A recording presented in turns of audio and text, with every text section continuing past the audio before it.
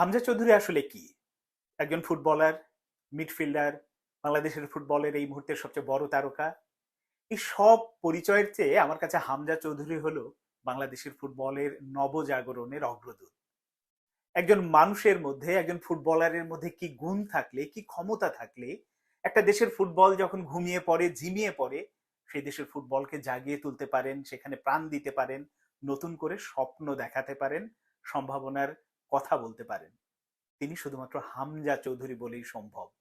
হামজা চৌধুরী কি করেন না, মাঠে করছেন, মাঠের বাইরে করছেন। মাঠের কথাই বলি, এই যে মিতুল মার্মা যে বাজে একটা মিস্টেক করলেন, সেখান থেকে নিশ্চিত গোল হজম করে যেত বাংলাদেশ, খেলায় ফিরতে পারতো ইন্ডিয়া, কিন্তু অতি মানবীয় ভাবে সেটা আবার সেভ করলেন আমাদের হামজা চৌধুরী। এটা তো একটা উদাহরণ দিলাম। মানে প্রতি ম্যাচে এরকম সেভ কতগুলো যে আছে হামজা চৌধুরীর, তা গুণে শেষ করা যাবে না। নিজে গোল করছেন, গোল করাচ্ছেন, সামনে থেকে নেতৃত্ব দিচ্ছেন। এটা তো শুধুমাত্র খেলার কথা বললাম, মানে যেটা দেখা যাচ্ছে। যেটা দেখা যায় না সেই কাজটা তিনি কি করছেন, গোটা খেলোয়াড়দের, গোটা দলের মানসিকতাটা চেঞ্জ করে দিয়েছেন। আপনি যদি হামজা চৌধুরী যখন আসলো তার পরের আর তার আগের বাংলাদেশ দলের মানসিক অবস্থা বিচার করেন, তাহলে বুঝতে পারবেন।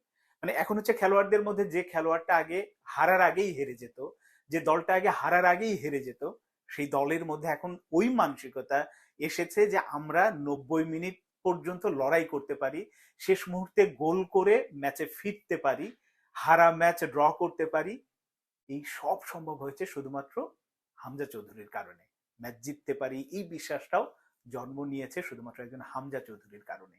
মাঠের বাইরে তিনি কি করছেন, কি করছেন না, আসলে সব জায়গাতেই বাংলাদেশের ফুটবলের ব্র্যান্ড ভ্যালু এখন কোথায় নিয়ে যাচ্ছেন।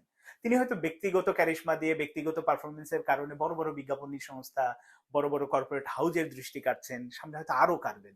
এই দুটোর বাইরে আরো একটা বিষয় বলি আপনাদের, যে গোটা দেশের মানুষের ফুটবল নিয়ে, বাংলাদেশের ফুটবল নিয়ে তো এক ধরনের নাক সিটকানো একটা স্বভাব ছিল, যে ফুটবল না, ওইটা বাংলাদেশের ফুটবল। আমরা রাত জেগে হয়তো ইউরোপের ফুটবল দেখছি, লা লিগা দেখছি, আপনার প্রিমিয়ার লিগ দেখছি। এগুলো আসলে বাংলাদেশের ফুটবল আলোচনায় হওয়ার মতো কিছু না। এইরকম যাদের অবস্থা ছিল, সেই মানুষগুলোর মধ্যে বাংলাদেশের ফুটবলকে ঢুকিয়ে দিয়েছেন শুধুমাত্র হামজা চৌধুরী। অর্থাৎ মানে যেটা এলিট ক্লাস, তথাকথিত এলিট ক্লাসের ড্রয়িং রুমে এখন বাংলাদেশের ফুটবলটা ঢুকে গেছে এবং সামনে আরো জোরালো ভাবে ঢুকবে। তো এই যে পরিবর্তনটা মাঠে, মাঠের বাইরে, সব জায়গায়, এই পরিবর্তনটাকে পুঁজি করেই তো বাংলাদেশের ফুটবলের একটা দীর্ঘমেয়াদী পরিকল্পনা নেওয়া উচিত। এবং সেখান থেকে যাতে আমরা আসলে, যতদিন হামজা চৌধুরী খেললো ততদিন তো আছে, তারপরেও তো এই পরিবর্তনটা দরকার, আরো এগিয়ে যেতে হবে। সেই কাজগুলোকে আসলে হচ্ছে, শুরু হয়েছে, সেইটা সেই জায়গাটাতে কিন্তু শঙ্কা, কষ্ট বলি, দুঃস্বপ্ন বলি, ওই জায়গাটাতেই।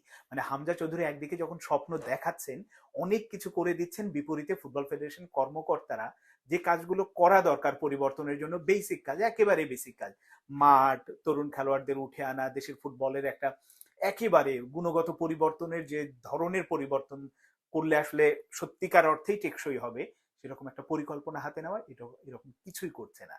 করে না জন্যই হামজা চৌধুরীর স্বপ্নটা কিন্তু আবার ধূসর হয়ে আসে কর্মকর্তাদের কর্মকাণ্ডে। যদি সত্যিকার অর্থেই আমি আস্থা রাখতে চাই, আমি ফুটবল ফেডারেশনের কর্মকর্তাদের, দাবিদাওয়ালদের অনেক সমালোচনা করি। সমালোচনা বলতে আমি সমালোচনার খাতিরে করি না, কিন্তু তারা জেনুইন যে ভুলগুলো করছে, যেটা করছে না, ওই কাজগুলোই ধরিয়ে দেওয়ার চেষ্টা করি। এবং সেখান থেকে যদি আসলেই তাদের শুভবুদ্ধির উদয় হয়, তারা যদি পরিকল্পনা হাতে নেয়, এই হামজা চৌধুরীর মাধ্যমে যে একটা ইতিবাচক পরিবর্তন এসেছে, এবং তখন কিন্তু আসলে কার্যক্রমেও পরিবর্তন আসবে, নতুন নতুন ফুটবলাররা উঠে আসবে। আমরা প্রবাসী ফুটবলারদের এখনো কিন্তু সেভাবে ব্যবহার করতে পারিনি। আমি প্রবাসী শব্দটাই ব্যবহার করতে চাই না, প্রত্যেকেই তো আসলে বাংলাদেশের পাসপোর্ট নিয়ে খেলতে আসছেন। তো যারা যেখানে আছে, আরহাম হোক, বিতোষক হোক, মানে এটা তো একটা পর্যায়ের কথা বলছি, তারও সামনে আরো যারা আসবে, বাংলাদেশের খেলোয়াড়রা একদিক থেকে উঠে আসবে, রাকিব মোরসালিনের মতো, অন্যদিকে বিশ্বের বিভিন্ন জায়গায়, বিভিন্ন দেশে যারা আছে তারা আসবে, সবকিছু মিলে আমরা একটা দল হিসেবে তৈরি হতে চাই, আমরা ওই পর্যায়ে যেতে চাই। আমাদের মানে সভাপতির যে চিন্তা ভাবনা, 3-4টা টুর্নামেন্ট আছে সামনে, সাফ আছে, অমুক আছে, এইরকম না। আমরা 4 বছরের, 5 বছরের একটা পরিকল্পনা হাতে নিয়ে সেইভাবে যদি এগোনো যায়, তাহলে এই যে হামজা চৌধুরীর যে স্বপ্ন দেখাচ্ছেন, যে পরিবর্তনটা এনেছেন, সেটাই কিন্তু আসলে সত্যি হবে। চেষ্টা করব ওই যে হামজা চৌধুরীর বাবার কথা দিয়ে। হামজা চৌধুরীর বাবাকে একজন সাংবাদিক জিজ্ঞেস করছিল যে হামজার পেছনে তো এখন অনেক বড় বড় প্রতিষ্ঠান বিজ্ঞাপনের জন্য দৌড়াচ্ছে, তো উনি বলেছেন যে আসলে এসবের জন্য তো আসেনি, ও এসেছে দেশের ফুটবলের পরিবর্তন যাতে হয়, তিনি যাতে কিছু করতে পারেন। তো ওই তিনি যাতে যে করতে পারেন, তার যে স্বপ্নটা, হামজা চৌধুরীর যে স্বপ্নটা, সেটা বাস্তবায়নের জন্য ফুটবল ফেডারেশন যদি আসলেই কাজে হাত দেয়, তাহলেই কিন্তু হামজা চৌধুরীর স্বপ্নটা পূরণ হবে। হামজা চৌধুরীকে পাওয়ার যে সার্থকতাটা আমরা পাবো। তাছাড়া স্বপ্ন স্বপ্নই থেকে যাবে। হামজা চৌধুরী যখন চলে যাবে, তখন হয়তো আবার সে বিবর্ণ চেহারায় ফিরে যাবে বাংলাদেশের ফুটবল। এইটা যাতে না হয়, হামজা চৌধুরী যাতে ওই কষ্টটা না পায়, হামজা চৌধুরীর স্বপ্নটা যাতে আমরা পূরণ করতে পারি, এই কারণে হলেও ফুটবল ফেডারেশনের আসলে একটু বুদ্ধির উদয় হওয়া দরকার। তারা যেন পরিকল্পনা হাতে নেয়, এই বিশ্বাসটুকু, এই অনুরোধটুকু রাখতে চাই আমি অন্তত তাবিদ আওয়ালদের ওপরে।